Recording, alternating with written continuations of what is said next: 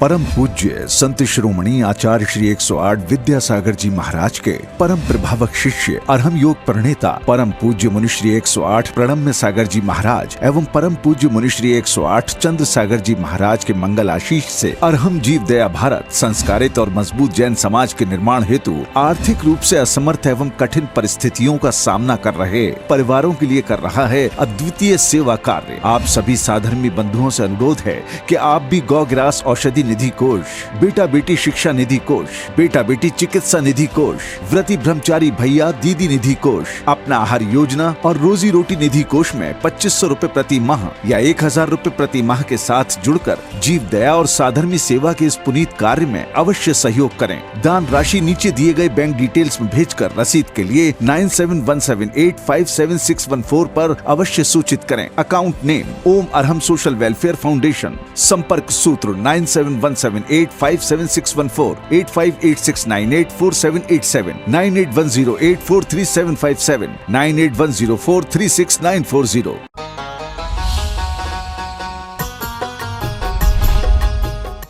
इस कार्यक्रम के पुण्यार्जक हैं प्रणम्य वाणी देवदूत। प्रणम्य गुरु की वाणी पहुँचे घर घर, सम्यक ज्ञान प्रभाव न होवे घर घर। सभी प्रणम्य वाणी देवदूत के पुण्य की बहुत बहुत अनुमोदना। मात्र 12,000 रूपए वार्षिक सहयोग राशि प्रदान कर प्रणम्य वाणी देवदूत बने। अधिक जानकारी के लिए संपर्क करें।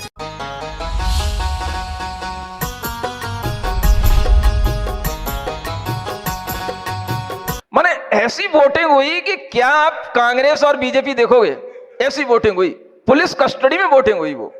हाँ, और उसको देख करके मैं हैरान रह गया। तब मुझे लगा कि ये सब जो है, सब कुछ अच्छा होने के बावजूद भी इसके रिजल्ट अच्छे नहीं आते। समाज के अंदर इस तरीके से जब पार्टीबाजी होने लगे, जातिवाद के आधार पर भेद विभाजन होने लगे, सेठ और धन्ना सेठ या कोई कम सेठ के आधार पर जब इस तरीके के विभाजन होने लगे, तो समझना कि इस तरह से जो समाज में विसंगतियां पैदा हो रही हैं, ये विसंगतियों का अब कोई अंत नहीं होगा, क्योंकि समाज इसी के माध्यम से विखंडित होती चली जाएगी।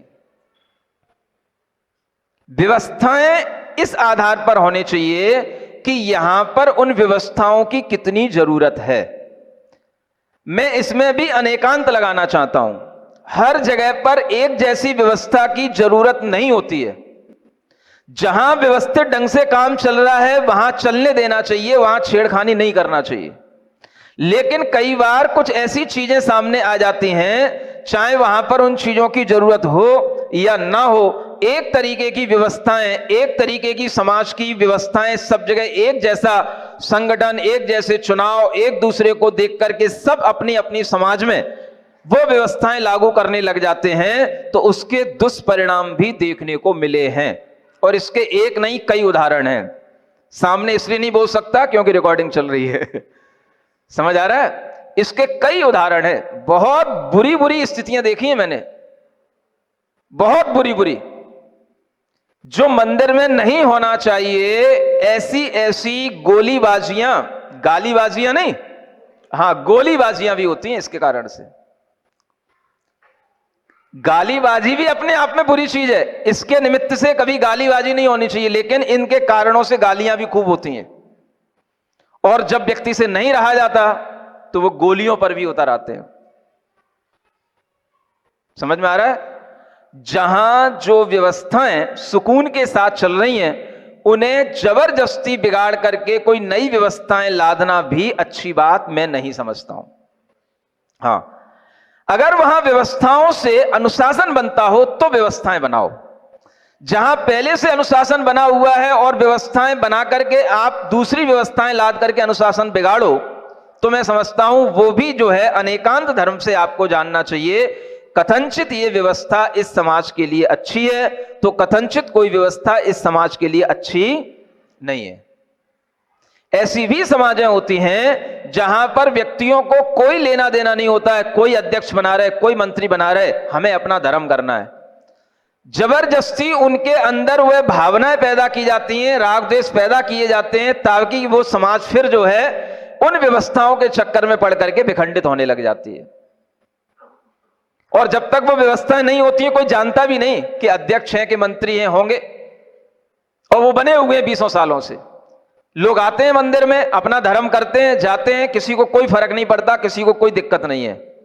लेकिन जब दूसरी समाज की व्यवस्थाओं को देख करके हम उसे अपनी समाज पर लागू करने की सोचते हैं, तो कई बार उसके कारण से समाजें टूटी हैं।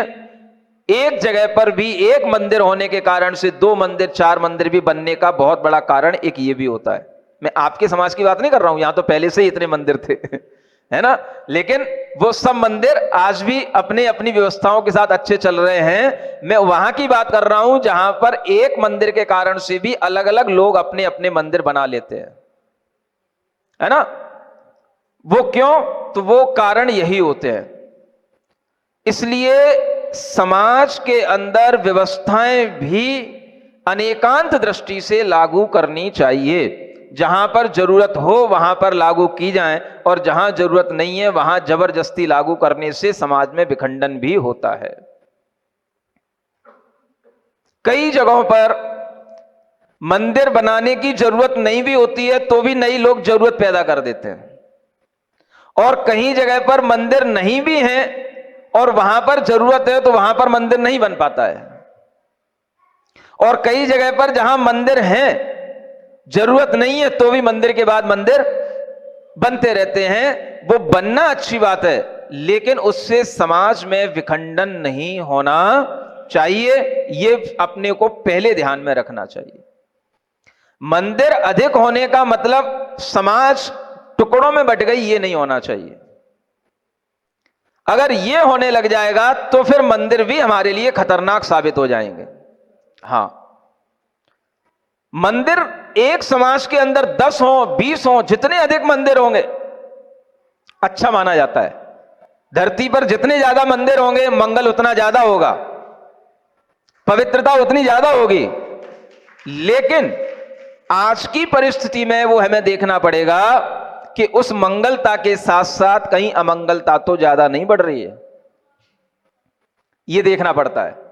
मंदिर की जरूरत, हम आपके मंदिर नहीं जाएंगे इसलिए क्योंकि आपने उस मंदिर में अपना अध्यक्ष पद रख लिया है या आप उसके दावेदार बन गए, इसलिए मैं अपना अलग मंदिर बनवा लूंगा। कई लोग इसलिए भी अलग मंदिर बनवा लेते हैं। ये समाज के विखंडन के तरीके मंदिरों के माध्यम से शुरू हो जाते हैं, और हर शहर के अंदर इस तरीके की बातें अब देखने में मिलने लगी हैं। इसलिए आप लोगों को इन चीजों से सावधान रह करके सोचना चाहिए। हम अपना अंतरंग दुख मिटाने के लिए समाज को न मिटाएं। क्या सुना? हम अपना अंतरंग दुख मिटाने के लिए समाज को ना मिटाएं। कई बार अपना अंतरंग दुख मिटाने के लिए समाज मिटने लग जाती है। 4 घर की समाज नहीं होती है, 2-2 मंदिर होते हैं, ऐसी भी जगह देखी है। और 4 घरों की उस समाज में आपस में कभी मिलना जुलना नहीं होता है। अब समझो ये मंदिर हमारे लिए मंगल हो रहे हैं कि अमंगल हो रहे हैं? हम कैसे अमंगल कहते हैं बताओ? लेकिन जब हमें यह दिखाई देता है कि 4 घर की समाज में 2 मंदिर 2 धड़, और वो 2 घर वाले इस मंदिर के नहीं और वो 2 घर वाले इस मंदिर में नहीं आते, इस समाज इस मंदिर में कार्यक्रम हो तो वो 2 मंदिर वाले नहीं आते, 2 घर वाले नहीं आते, उस समाज में कार्यक्रम हो तो वो नहीं आते, तो ये क्या है? मात्र 4 घर की समाज। हम मंदिरों से मंगल बढ़ा रहे हैं कि अमंगल कर रहे हैं? हमारी दृष्टि में यह पहले भाव रहना चाहिए, समाज की अखंडता महत्वपूर्ण है, मंदिर बाद में है। समाज की अखंडता अगर मंदिरों के माध्यम से बढ़ रही है, खूब मंदिर बनाओ, और समाज की अखंडता अगर मंदिरों के माध्यम से घटे तो फिर हमें सोचना पड़ेगा। क्योंकि जब समाज विखंडित होगी तो उससे बहुत हानियां होंगी, और वो हानियां इतनी भी हो जाएंगी, समाज विखंडित होकर के मिट जाएगी, मंदिर वहीं खड़े रह जाएंगे, और उन मंदिरों की परवरिश करने वाला, उन मंदिरों का संचालन करने वाला कोई भी दिखाई नहीं देगा। कई गांवों में आज ये स्थितियां बन चुकी हैं। आप देखते हो आसपास के उन गांवों में जहां पर इस तरीके के दुख हैं, और उन दुखों के कारण से लड़ाई झगड़े होते हैं तो मंदिर रह जाते हैं, समाज के लोग चले जाते हैं। क्या हुआ ये? अवज्ञा का अंतरंग दुख। और तीसरा दुख तो बहुत बड़ा है, इच्छा आदि का विघात हो जाना।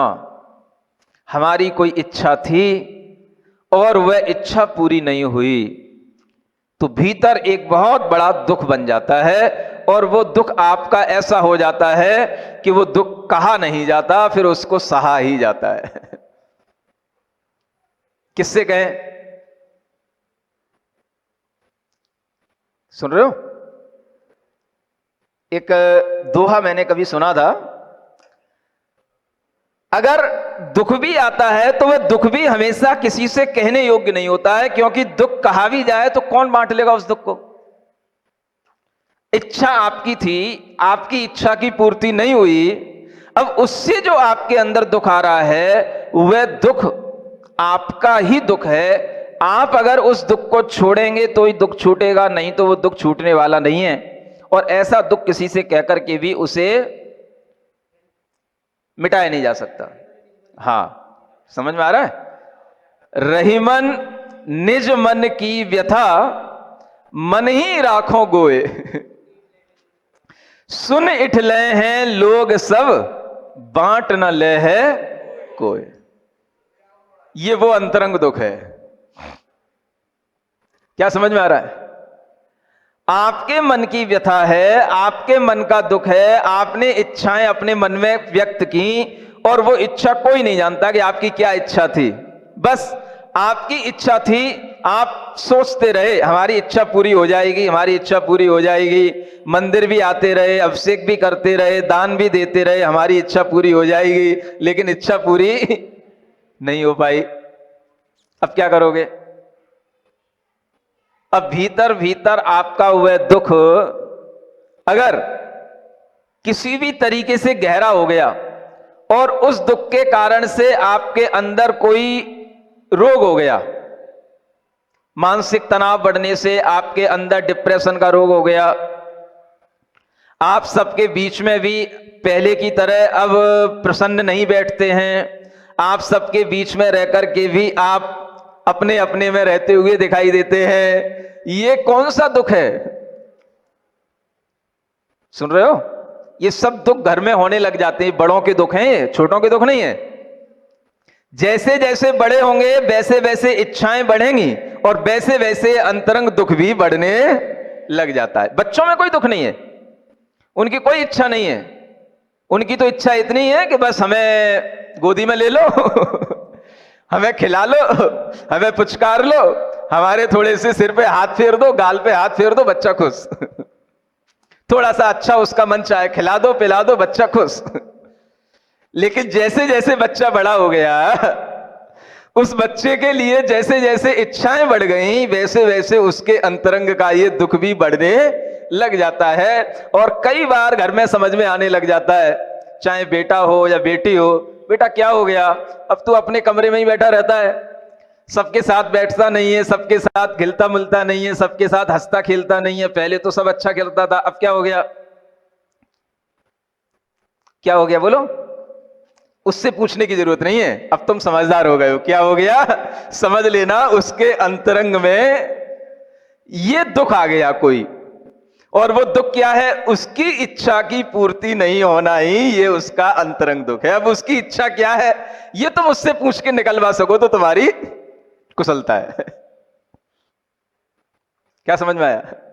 वो इच्छा कुछ भी हो सकती है, उसे एक अच्छे जॉब की भी इच्छा हो सकती है। कई बार बच्चे अच्छी जॉब नहीं मिलने पर भी संतुष्ट नहीं होते हैं, जॉब तो मिली, मन चाहिए नहीं मिली। समझ आ रहा है? जिस घर में रह रहे हैं उस घर में भी उनके लिए ये भाव हो सकता है, हमें इस घर में अच्छा नहीं लग रहा है, उसी घर में पले हैं, बड़े हुए हैं, लेकिन अब उस घर में अच्छा नहीं लग रहा है। अब उनके लिए कोई अच्छी नई इच्छा हो रही है, हमारा घर ऐसा होना चाहिए, वैसा होना चाहिए। या कोई और बड़े होने के बाद में उनके अंदर इच्छा आ गई, हमें वो मिलनी चाहिए, वो नहीं मिल रही है। नहीं समझ में आया? आ गया हो तो फिर नहीं बोले ज्यादा। आ गया? कहीं पर इच्छा अपनी जुड़ गई, वो मिलना चाहिए, वो मिलनी चाहिए, और वो नहीं मिल रहा है, किसी से कह भी नहीं पा रहे हैं, और भीतर ही भीतर मन भी नहीं लग रहा है। बेटा उखड़ा उखड़ा सा दिख रहा है, कई दिनों से मूड कुछ उखड़ा उखड़ा सा लग रहा है, क्या हो गया है बेटा? उसके अंतरंग में कोई दुख आ गया है। वो दुख क्या है? अपनी इच्छा की पूर्ति नहीं होने का दुख। समझ आ रहा? कौन सा दुख? एक तो डिजायर पैदा की, और फिर उस डिजायर को हमने किसी भी तरीके से देखा कि वो फुलफिल नहीं हुई, तो वही जो है डिजायर की फुलफिलमेंट नहीं होना, वही उसके लिए एक दुख बन जाता है। समझ आ रहा? इसे कहते हैं the sorrow with the lack of fulfilment of desire. मतलब वो जो दुख उत्पन्न हुआ है वो उस इच्छा की पूर्ति की कमी से हुआ है, और ये इंटरनल सोरो है ये। अब उसके अंतरंग में कभी इंटरनल हैप्पीनेस नहीं आएगी, क्योंकि happiness and sorrow both are opposite. समझ आ रहा है? तो जिसके अंतरंग में इंटरनल ये सोरो उत्पन्न होने लगा, तो उसके अब इंटरनल हैप्पीनेस उसकी गायब हो गई। अब उसका मूड जो है उखड़ा उखड़ा रहेगा, सबके बीच में भी रह करके वो अनबना सा रहेगा, और उसे देख करके आप समझ सकते हो, अगर वो आपसे बात नहीं करना चाह रहा है, या बिना किसी बात के भी वो आपसे दूर हटना चाह रहा है, तो आप समझ लेना इसके अंतरंग में कोई इच्छा उत्पन्न हुई थी, उसकी पूर्ति नहीं होने के कारण से इसका मन उखड़ा उखड़ा हो रहा है। आ रहा है समझ में? बोलते नहीं हो आप लोग, ऐसे बैठे हो बिल्कुल जैसे हम लठ मार रहे हो और आपको सहन करना पड़ रहा हो। ऐसा तो नहीं है ना? खो गए थे महाराज एकदम से आपने चौंका दिया क्योंकि ये ऐसा दुख है जिससे सभी गुजर चुके हैं किसी को अपनी पुरानी याद भी आ सकती है, किसी को अपने बगल के पड़ोसी की भी याद आ सकती है, किसी को अपने घर के किसी फैमिली मेंबर की भी याद आ सकती है कि ये कहीं इसी दुख के कारण से तो ऐसा नहीं दिख रहा है तो लोग खो गए उसमें, और मैंने एकदम से उन्हें एक और लट मार दी, उन्हें जगा दिया। समझ आ रहा है? तो आप लोग इस अंतरंग दुख को भी ध्यान रखें। अब आप सोचेंगे ये हमें बताया क्यों जा रहा है? पहले आप ये तो देख लो कि रोग कहां है, कारण क्या है, और जब कारण समझ में आएगा तो उसका इलाज समझ में आएगा। इसी का नाम अध्यात्म है। भीतर की रोग की निदान जिससे हो वो अध्यात्म का योग कहलाता है। समझ में आ रहा है? भीतरी रोगों का इलाज किससे होगा? अध्यात्म के योग से होगा। तो भीतरी रोग जो आजकल सबसे ज्यादा दिखाई दे रहे हैं, अंतरंग दुख सबसे ज्यादा हैं, और सबके अपने अपने हैं, अपनी अपनी उम्र के हिसाब से बन जाते हैं, अपने अपने फ्रेंड सर्कल के हिसाब से बन जाते हैं, अपने अपने कहना चाहिए रिश्तेदारों के भी जो ट्रेंड है उसको देख करके बन जाते हैं। उनके अपने जो कहना चाहिए रिश्तेदारों के एक लेवल है रहन सहन के, उसको देख करके भी बन जाते हैं। ये बिना वजह के अंतरंग के दुख होते हैं। मामा का घर ऐसा है, अब वैसे तो बच्चा कभी मामा के घर पे गया नहीं, गर्मी के दिनों में मामा के घर पे गया और वहां जाकर के देखाया कि मामा के घर पे ये, मामा के घर पे ये। अब वो बच्चा तो गया था गर्मी की छुट्टियां मनाने, अब वहां से वो दुख लेकर के आ गया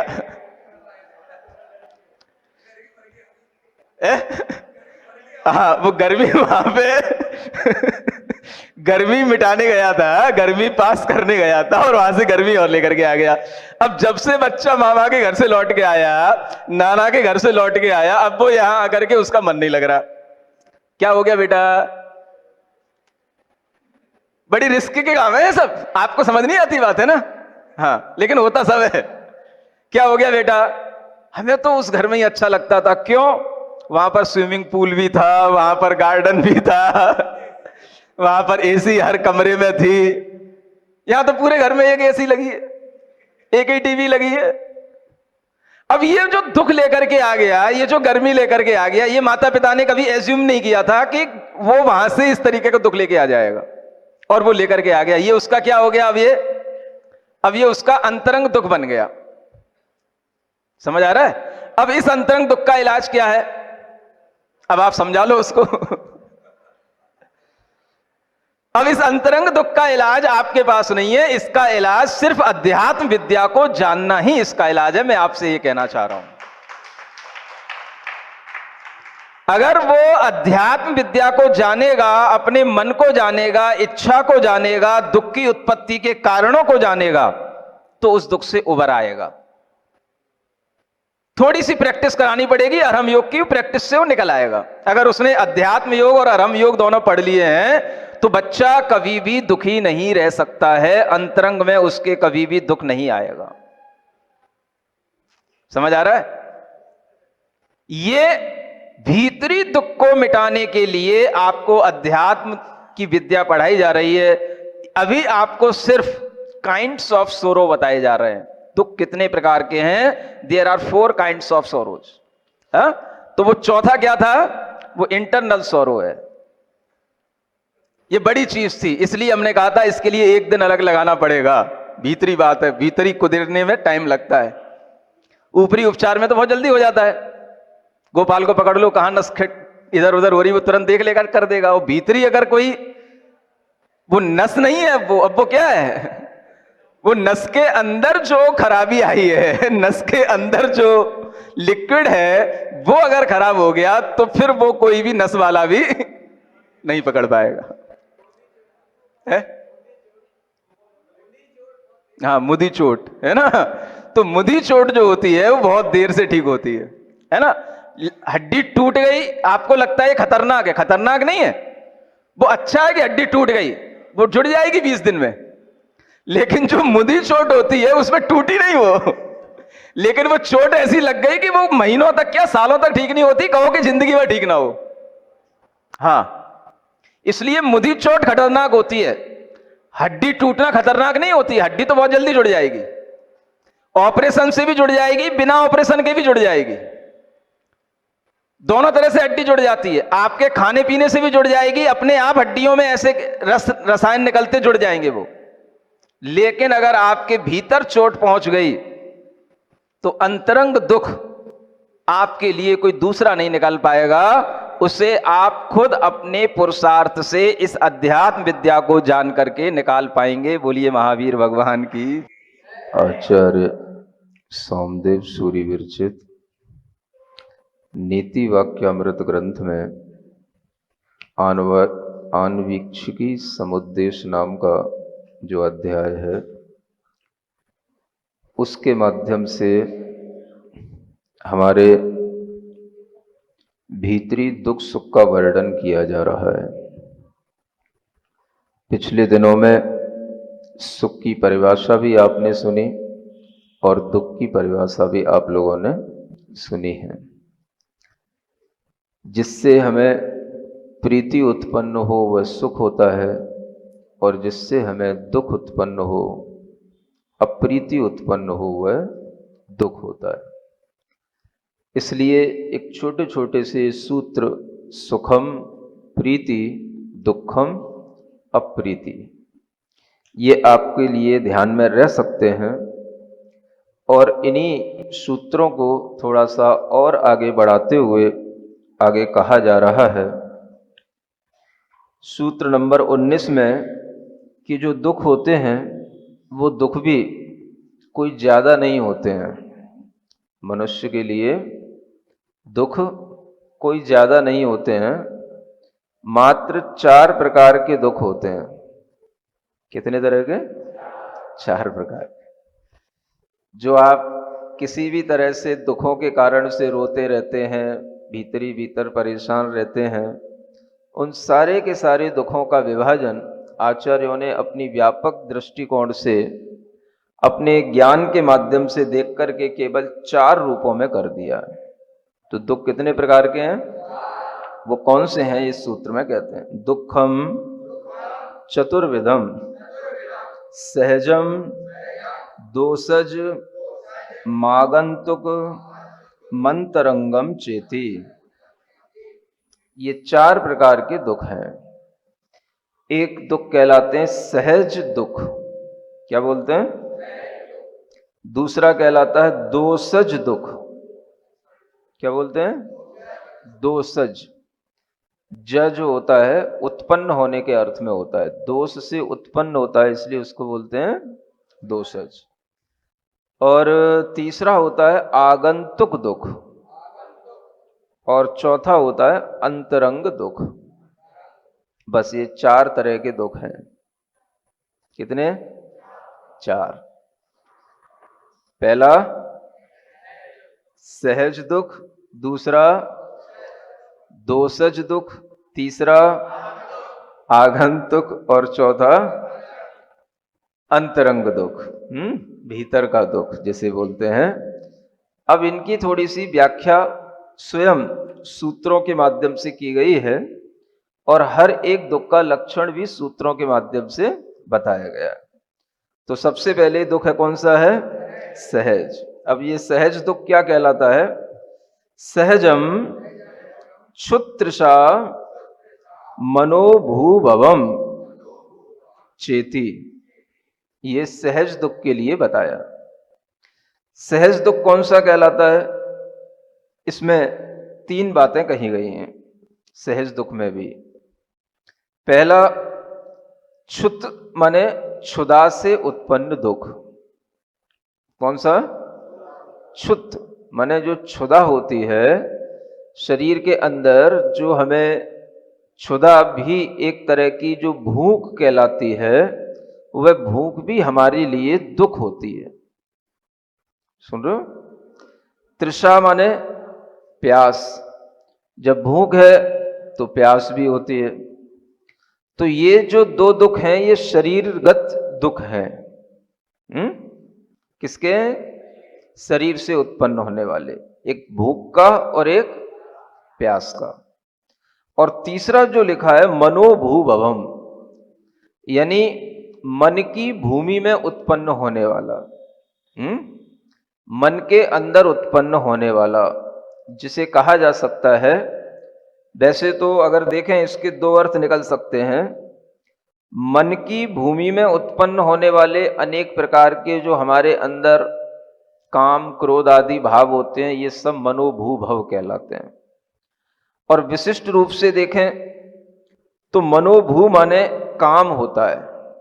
मनोभू माने क्या होता है? काम। काम माने जो इच्छाएं हैं अनेक तरह की, उन इच्छाओं से उत्पन्न हुआ दुख। अब ये तीनों प्रकार के दुख यहां पर सहज कहे गए हैं। क्या बोला इनको?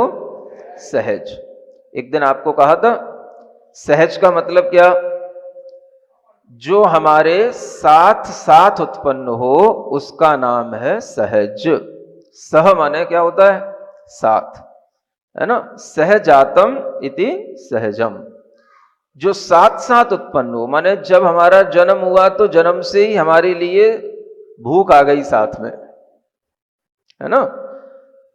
प्यास जो है वो जन्म से ही हमारे साथ में आ गई, और मन के अंदर अनेक तरह के जो दुख हैं वो भी हमारे साथ में जन्म से ही आ गए।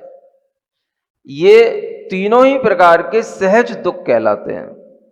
बच्चा छोटा सा भी होता है तो उसके लिए भी भूख और प्यास की बाधा होती है। जन्म के उपरांत भी होती है, और अगर हम गौर से देखें तो जन्म के पहले भी होती है। गर्भ में भी वह 9 महीने तक कुछ ना कुछ ग्रहण करता रहता है, और 9 महीने तक भी उसका आहार उस मां की आहार नाल से, जो उसकी नाल जुड़ी हुई रहती है, उसके माध्यम से, उसके पोषण के तरीके से वो चलता रहता है। सब जानते हैं ना? ये भी कहा जाता है कि उस गर्भस्थ शिशु के लिए जो आहार आदि होता है, किसी भी तरह का जो मां के गर्भ में जो भी सड़ा गला रस होता है, दुर्गंधित रस होता है, वह उसी को जो है ग्रहण करके उससे अपना पोषण करता रहता है। एक तरह से वह सीधा सीधा मुंह से ग्रहण ना भी करे तो भी उसके पूरे शरीर के अंदर वह चारों ओर से अलग अलग तरह के जो रसों के स्राव उसके उस गर्भस्थ स्थान पर रहते हैं, उनसे उसके पिंड का पोषण होता रहता है। समझ रहे हो? ये गर्भस्थ अवस्था में भी चला करता है। गर्भ अवस्था में भी वह किसी ना किसी तरह से अपनी भूख का, अपनी प्यास का वह समन कर लेता है। जैसे जैसे उसके अंग उपांग उभरते जाते हैं, वैसे वैसे उसके अंदर वह भूख और प्यास से संबंधित जो भाव हैं वो भी उसके अनुभव में आते जाते हैं। और वह धीरे धीरे जब वह जन्म को प्राप्त हो जाता है तो जन्म होने के उपरांत तो उसे भूख लगती ही है। देखते ही हो आप, तुरंत उसके मुंह में माँ का दूध डाला जाता है, तुरंत उसे कुछ ना कुछ पिलाया जाता है, तभी जाकर के वह अपने रोने को शांत कर पाता है। समझ आ रहा है? यानी भूख और प्यास ये जो मनुष्य के दुख हैं, ये सहज दुख हैं। सहज का मतलब आसानी से उत्पन्न होने वाले, ऐसा नहीं। सहज का मतलब क्या होता है? सह माने साथ साथ उत्पन्न हुए, जन्म के साथ ही ये दुख उसके लिए आ गए। आ रहा है समझ में? अब इनको हम दुख मान नहीं पाते हैं या हम कम समझते हैं कि ये दुख हैं। दुख जो होता है वह हमेशा उत्पन्न हुआ है। अगर वो साथ साथ उत्पन्न हुआ है तो ये भी हमारे लिए शास्त्रों से पढ़ने में आएगा कि क्षुधा भी एक दुख है। अन्यथा जिनके लिए अच्छी व्यवस्थाएं हैं उस क्षुधा को, तृषा को नष्ट करने की, तो उन्हें कभी भी वह दुख दुख जैसा लगता नहीं है। आप लोगों को तो कभी महसूस ही नहीं होता। भले ही जिंदगी भर पूजा में कहते रहो क्षुधा रोग विनाशनाय नैवेद्यम निरुपमामिति स्वाहा, कहते तो रहोगे, लेकिन कभी आपको महसूस नहीं होगा कि क्षुधा भी कोई रोग है, इसके कारण से भी अपने को कोई दुख होता है। क्योंकि आपको समय पर सब चीजें उपलब्ध होती हैं।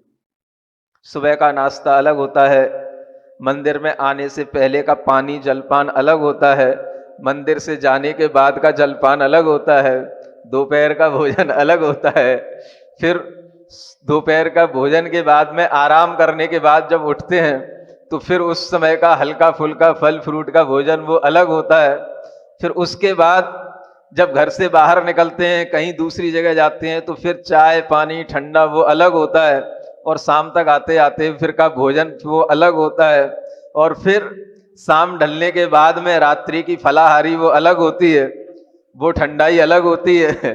और सोने से पहले का वह दूध और वो सब जो है फल है ना, वो सब मखाने की खीर वो अलग होती है।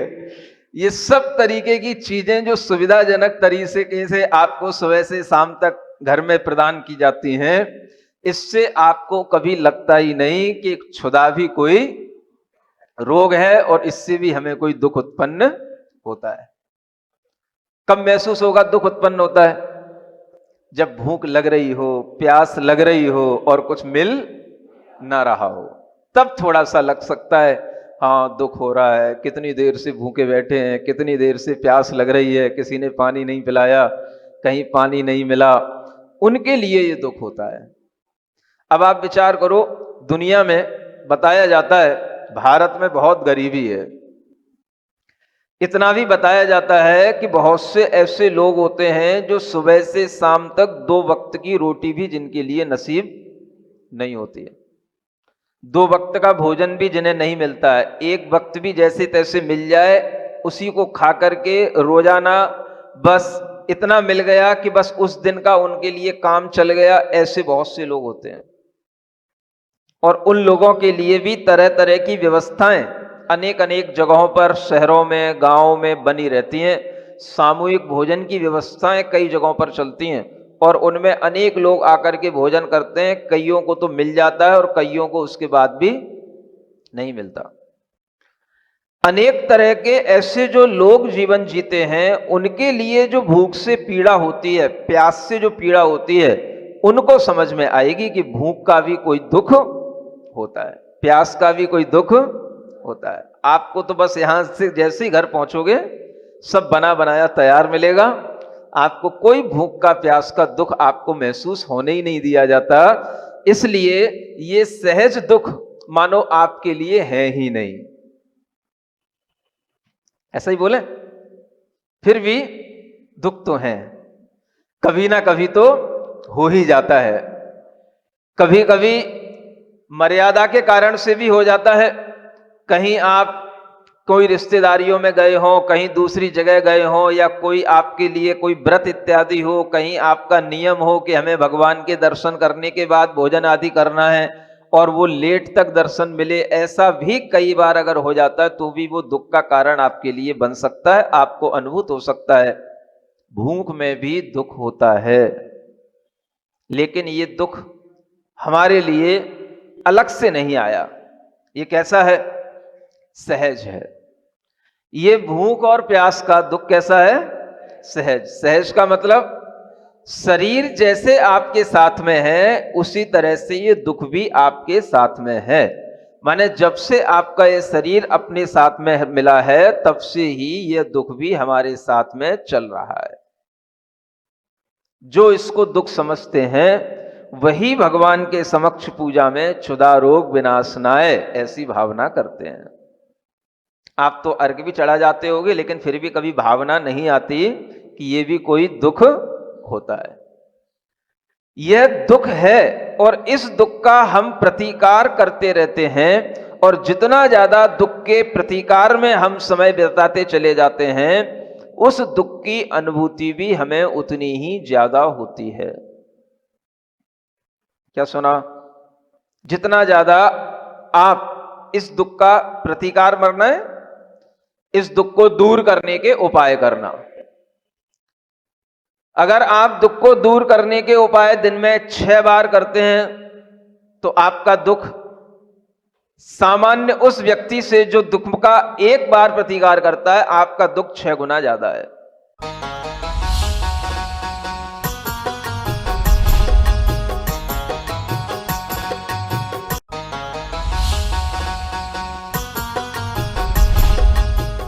इस कार्यक्रम के पुण्यार जग थे प्रणम्य वाणी देवदूत। प्रणम्य गुरु की वाणी पहुंचे घर घर, सम्यक ज्ञान प्रभावना होवे घर घर। सभी प्रणम्य वाणी देवदूत के पुण्य की बहुत बहुत अनुमोदना। मात्र 12,000 रुपए वार्षिक सहयोग राशि प्रदान कर प्रणम्य वाणी देवदूत बने। अधिक जानकारी के लिए संपर्क करें। परम पूज्य संत शिरोमणि आचार्य श्री 108 विद्यासागर जी महाराज के परम प्रभावक शिष्य अरहम योग प्रणेता परम पूज्य मुनिश्री 108 प्रणम्य सागर जी महाराज एवं परम पूज्य मुनिश्री 108 चंद्र सागर जी महाराज के मंगल आशीष से अरहम जीव दया भारत संस्कारित और मजबूत जैन समाज के निर्माण हेतु आर्थिक रूप से असमर्थ एवं कठिन परिस्थितियों का सामना कर रहे परिवारों के लिए कर रहा है अद्वितीय सेवा कार्य। आप सभी साधर्मी बंधुओं से अनुरोध है कि आप भी गौग्रास औषधि निधि कोष, बेटा बेटी शिक्षा निधि कोष, बेटा बेटी चिकित्सा निधि कोष, व्रती ब्रह्मचारी भैया दीदी निधि कोष, अपना आहार योजना और रोजी रोटी निधि कोष में 2500 रुपए प्रति माह या 1000 रुपए प्रति माह के साथ